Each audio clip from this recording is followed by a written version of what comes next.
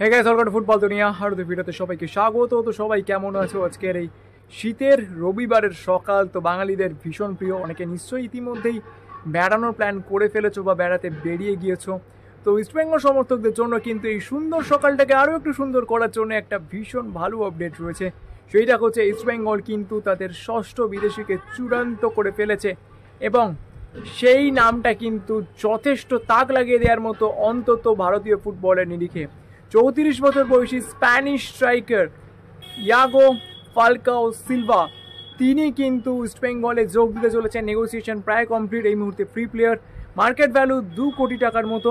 তবে যেটা সব থেকে বড় বিষয়, এই ফুটবলারটির কিন্তু ওয়ার্ল্ড কাপে খেলার অভিজ্ঞতা রয়েছে।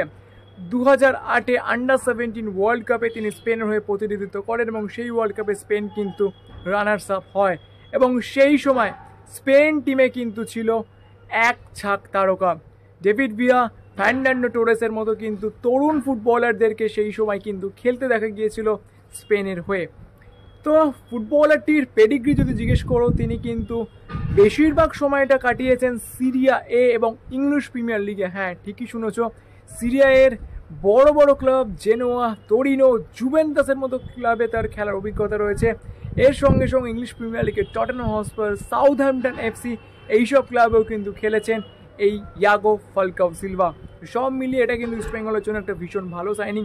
এই ফুটবলারটি লাস্ট খেলেছিলেন কলম্বিয়ার ফার্স্ট ডিভিশনের ক্লাব আমেরিকা ডি ক্যারির হয়ে। তবে প্রথম দিকটা কিন্তু এই সিজনে তিনি ফ্রি প্লেয়ার ছিলেন, তাকে কিন্তু ফ্রি ট্রান্সফার ইস্টবেঙ্গল সই করাতে চলেছে। এইটা কিন্তু হিয়ার উই গো, ধরে নিতেই পারো ডিল কিন্তু ডান। তো যাই হোক, চলো এই আপডেটটা তোমাদের কীরকম লাগলো অবশ্যই কমেন্ট করে জানিও। আর এখন আমাদের ভিডিওটা এই পর্যন্ত ছিল। যদি ভিডিওটা ভালো লাগে তাহলে লাইক করে দিও, মনে করে আমার চ্যানেলকে সাবস্ক্রাইব করতে ভুলো না। আর সবসময় এটা বলি, তোমরা সাবস্ক্রাইব করলেই কিন্তু আরও ভালো ভিডিও বানানোর মোটিভেশন পাওয়া যায়। তো চলো এখন আমাদের এই পর্যন্তই, দেখা হচ্ছে পরের ভিডিওতে।